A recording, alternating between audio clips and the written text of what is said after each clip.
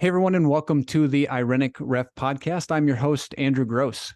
The word irenic means aimed at or aiming towards peace. And my goal with this podcast is to try to create a bridge between coaches and officials by showing the humanity of each other in a more robust way, which isn't necessarily achievable in the minimal interactions a coach and official may experience during a game. With all that said, let's get to it.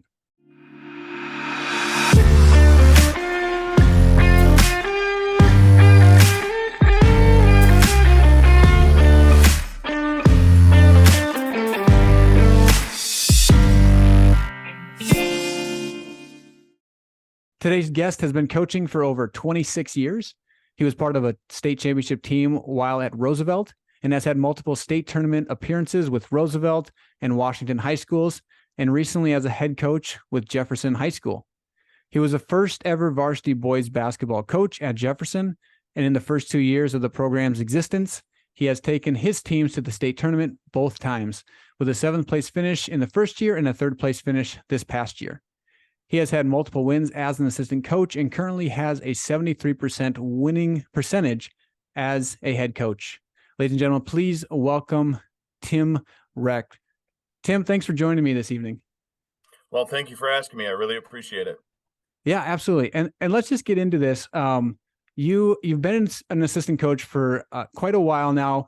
And when Sioux Falls school districts opened up a new school, a new high school, they said, "Hey, Tim, we'd like you to be the boys varsity head coach at this new school." Tell me about that sort of transition, or how that all came about, and what the experience has been like in these 2 years with this new program. Well, it's been a blessing, that's for sure. I can tell you that much. I'm very fortunate to be able to be named a head coach here in Sioux Falls after the amount of time that I've spent as an assistant. I've had some great mentors along the way, but going through all of this stuff and starting your own program, it's been really a lot of fun. I've got great assistants helping me along the way. I'm taking pieces of everything from the head coaches that I've been under, doing a little bit from everybody, putting it in the program, and really trying to build everything literally from the ground up. Yeah. What do you think has been the hardest part? Is it just the square one building, or is there something else that's behind the scenes that officials like myself don't really see? Oh, it's a lot of little things that a lot of people don't see, like ordering gear and equipment, and then double checking bus rides, and then organizing parent organizations to help you out. There's just all the little things that are off the court that I knew about, but I wasn't a part of everything like I am now. I mean, when I was an assistant with Coach Nelson, I was in charge of certain things, and now I get to oversee everything from freshman all the way up to the varsity. Wow. Yeah. And that's something that, we all don't really get to see or get to understand. And another thing that we all don't really get to understand or see is just who each person is. And so I'd like you to tell me a little bit more about yourself, personal introduction, where you grew up, where you graduated from, family, hobbies, anything like that you would like to include. Sounds good. I graduated a long time ago from Central Lyon in Rock Rapids, Iowa, way back in 1989. Went to USD, ran track down there for the Coyotes, but always loved basketball, stayed in the game, came to Sioux Falls, and started to coach under Bob Wilbur, and then moved over to Washington High School with Jim Trett, and then with Craig Nelson. I'm married. I have 2 children. Both of them are grown adults. My oldest is a senior this year at North Dakota State University, and my youngest is a junior at Northern State University. And both of them are going into teaching and coaching as well, just like mom and dad. Yeah, I feel like that's a similar thing with a lot of people. My mom was a volleyball official a long time, and I feel like that kind of bleeds down. And sometimes it then bleeds a different way, where my mom was official, maybe I wanted to be a coach. But do you see the passion for them to want to be coaches as well? I see it in both my kids that they want to be coaches. My daughter, I know, would love to be a volleyball coach. Okay. Somewhere, because that's one thing she was very passionate about, and that's what my wife was. She was a volleyball coach here in Sioux Falls for over 20 years. Okay. And my youngest played tennis, so I think she'd like to be a tennis coach and go from there.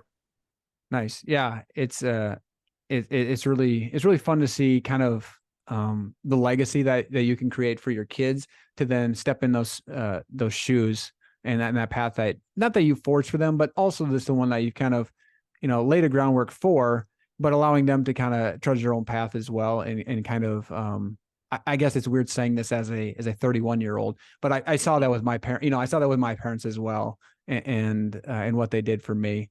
Um, so yeah, I don't know if you have anything more else to add to that.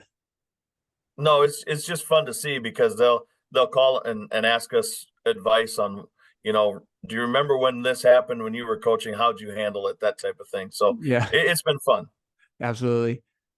Is there any other hobbies that you have that you do in the side besides coaching? The crazy thing is I know coaching takes a lot of time, especially nowadays with some of the summer stuff that you can do now versus in the past. Is there any other things that you are able to free your time up for?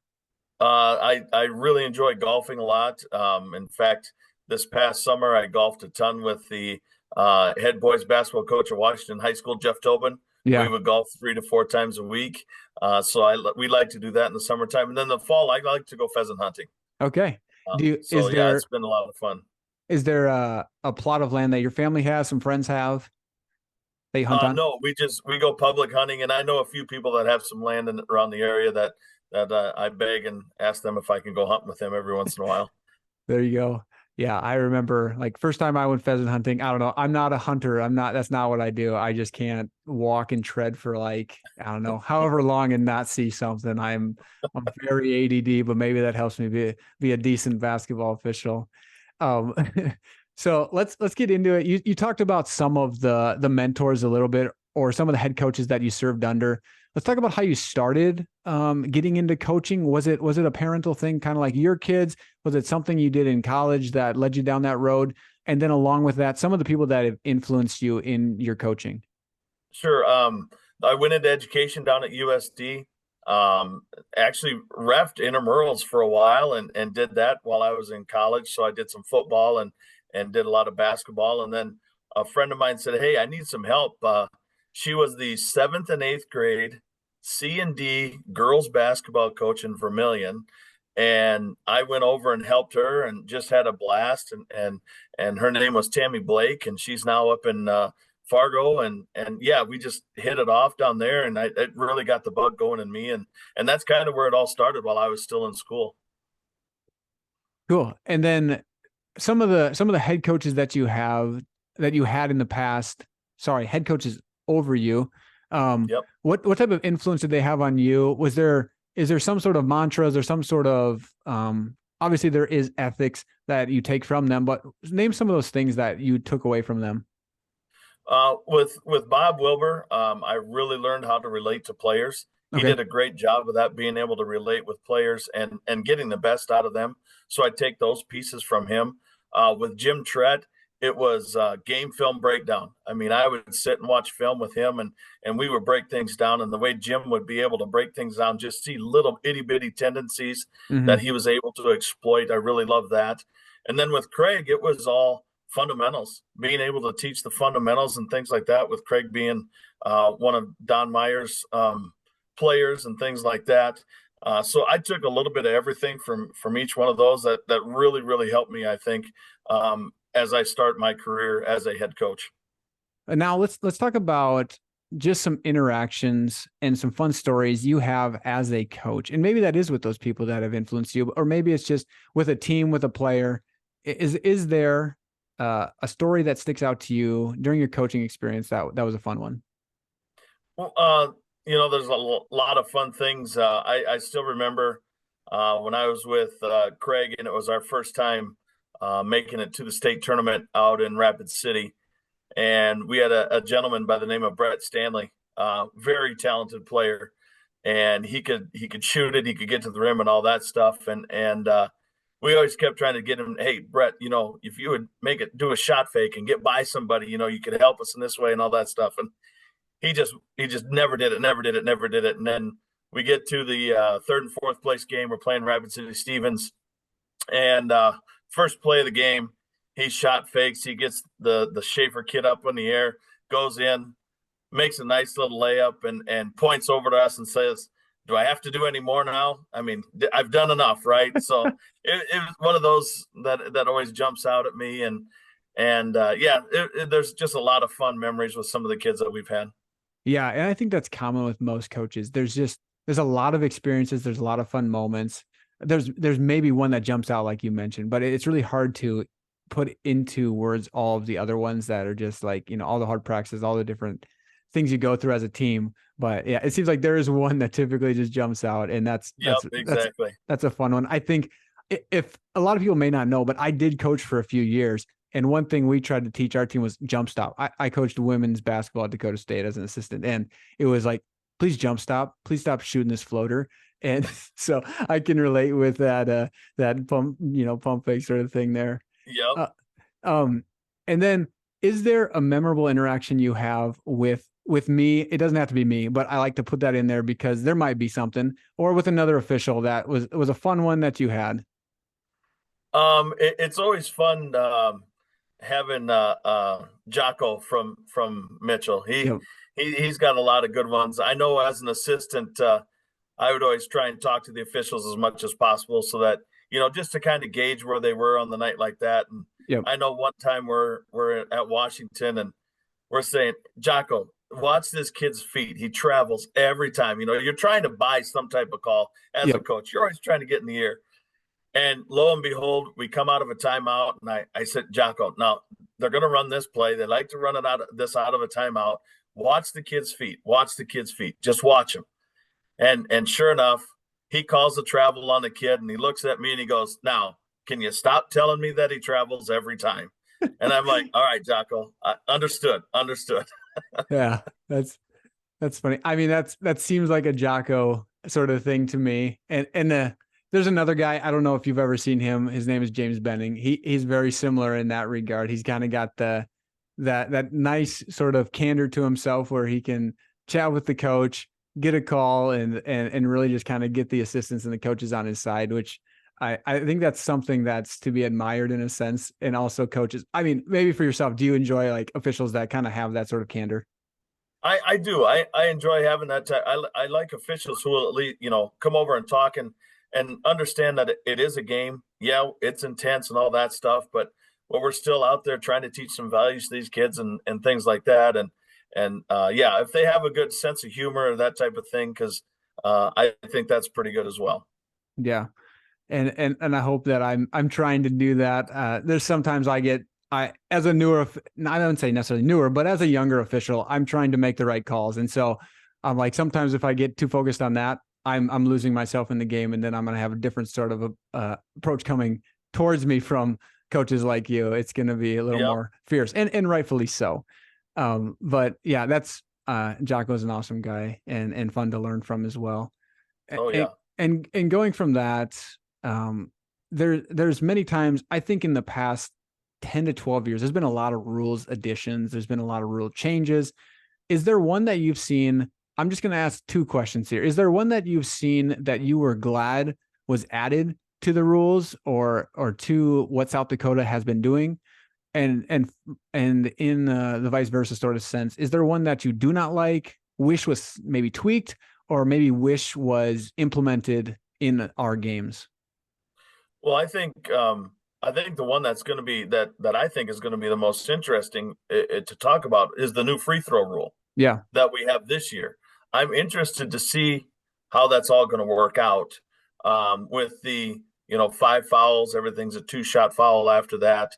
I think it takes away a little bit of the one-on-one bonus at the end of a game. yeah. So that is something that we as coaches are like trying to figure out.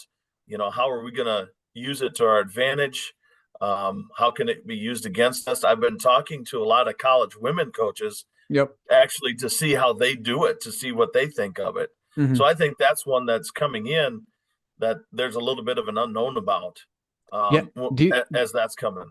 Do you think that helps or hurts teams when it comes to like foul count situations and early game? So like say early game first quarter, there's some teams that might get 7 fouls in that first quarter. Well, now they get a reset. Do you think that's beneficial? Do you think it's beneficial to those teams, hurt to the other team, or do you think it kind of like plays itself out? I think it might be beneficial to those teams who maybe are going to full court press you and really don't care about fouls right now. They're going to Yeah. just kind of get up into you and see where it goes, and to counteract that, you better make your free throws. Yeah. I mean, you better be a good free throw shooting team. If a team is going to come at you aggressively, and you're going to be in the bonus in that first quarter, well, you're getting shots. Well, put it to them early to see if you can do that. And like I said, late game situations is going to be interesting.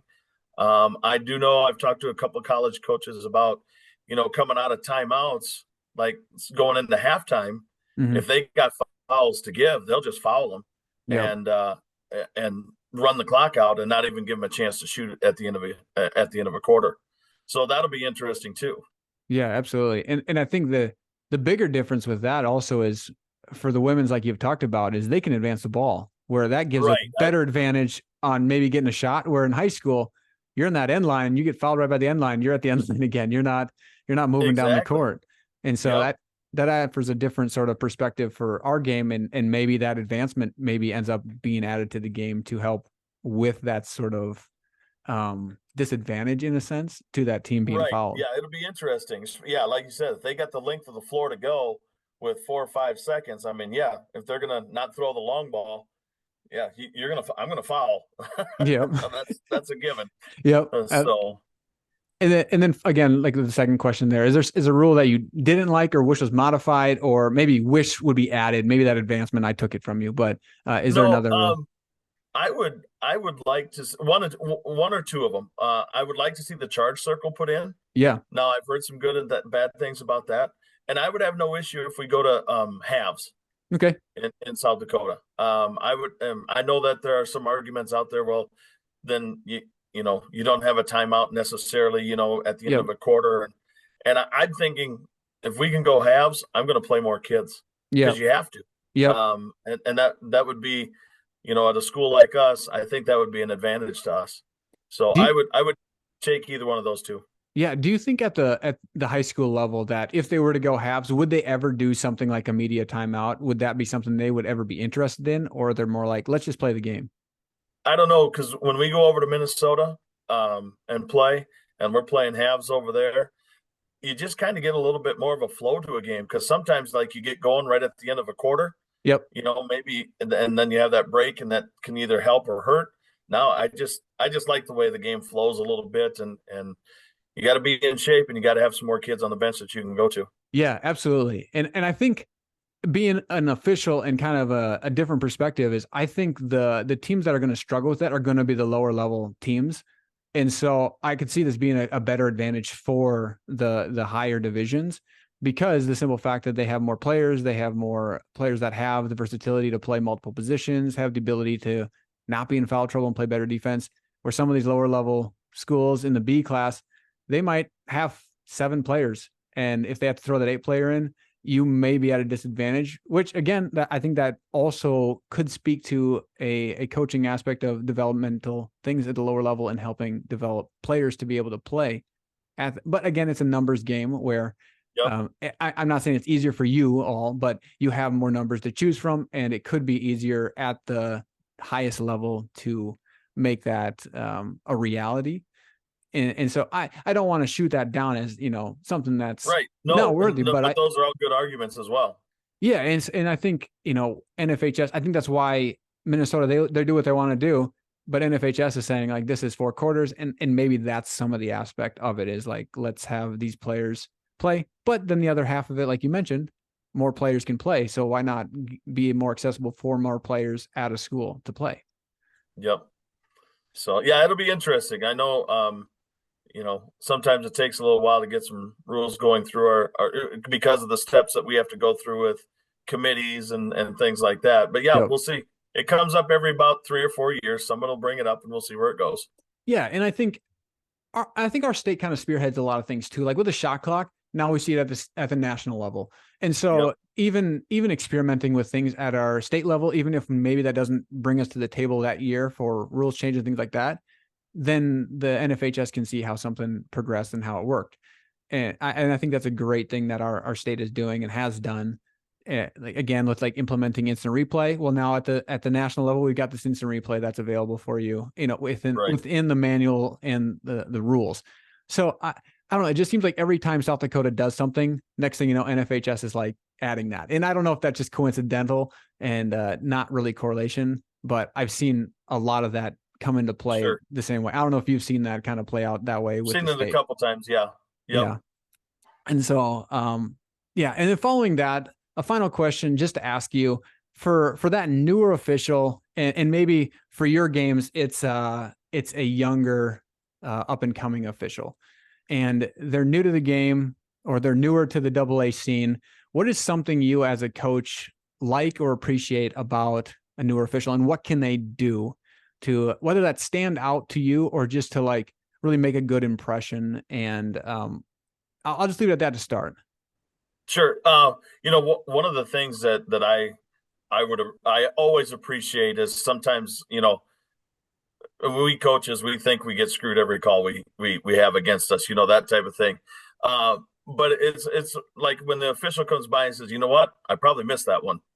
And then it's like, well, shoot, now what do I say? Because, it's like, yeah, I should have probably called timeout there, that type of thing. But I really appreciate that when officials are they're open and honest, and they just communicate. A lot of times, there's many a times I know I'm guilty of this. I'll be talking to my coaches on the bench, and something will happen, and I'll be like, "What'd you call? What was out there?" And it's really 99% of the time I didn't see what happened. Yep. So I'm just curious on what's going on, and I think the way that I do it, I'm trying not to be threatening, that type of thing, or questioning, the call itself. Yep. It's just, hey, I missed it, and what happened, that type of thing. And I think every time I have officiated you, I've gotten that sense from it is what was called there. Because there was one I think I remember last year. You were turned around facing your team, and whether that was you were telling your assistant coaches, "Hey, we need to relay this on," or you turned and were talking to a player. I blew my whistle, and then I saw you snap around really quick, like, "What just happened?" Yeah. And I go and report to the table, and then you ask me that question, like, what the heck happened there? Yeah, and so, exactly. And that's, and like I said, 99% of the time, I'm like, I totally did not see what was called, and just need an explanation, that type of thing. Yeah. So for sure. And kind of a different aspect of this question is also like with newer officials, what is something you think they need to do to be the best that they can be as a newer official? Trust in the calls that they're making. I mean, we have some veteran coaches, and I've been in the business a long time too. We have some veteran coaches that are really good at, trying to make sure that, hey, I've been here a while. Not necessarily saying I should get the calls, that type of thing, but I've been in the business a while. I wouldn't say intimidation is a factor, but they're just trying to assert their veteran, that they've been there a while, and I just be consistent, and you see it, you call it, stick with it, and go from there. And come over to the coach and say, hey, he reached. He hit him on the arm. Tell us exactly what they did. Because then we can go back to the kid and say, listen, the official called it. This is what they said they saw. We got to go with that. And I think I hope that, with you officiating some of our games and things like that, that one of the big things in our culture is, hey, we aren't going to question the officials, because I've never, and I tell my kids this in practice and before games, I have never questioned an official, and the official come over and say, oh yeah, that's right, we're going to take that foul off the board. I mean, it's not going to happen. So they called it. That's what they saw. Move on. Absolutely. Don't dwell on it. Move on. Perfect. Thanks, Tim. I appreciate you getting on this evening and joining me. Any other last words you'd like to say? I just appreciate all the officials. I know they get a bad rap sometimes, and fans get on them a little bit, or I should say a lot, and I don't think it's justified. I've been supervising some freshman football games, and we had a couple fans, and I said, you know what, the best thing our AD could do is walk around with 2 referee shirts and a whistle, and as soon as a parent or somebody in the stand starts complaining, go hand them the jersey and say, here you go. You got a better call angle, you go make the call. So I just appreciate you guys. I hope it's a lot of fun. I'm having fun doing this, and I try and be as respectful as possible. Yeah. And I feel that way whenever I've officiated you. And so I don't feel any animosity towards you. Again, the same thing you said you preached with your players. Maybe there's one call that I've ever felt like they looked at me kind of funny, but then I probably was wrong in that regard. So, yeah, but again, thanks again, Tim. I appreciate you joining me this evening. Everybody, this has been the Irenic Ref podcast. I'm Andrew Gross, and we will see you next time.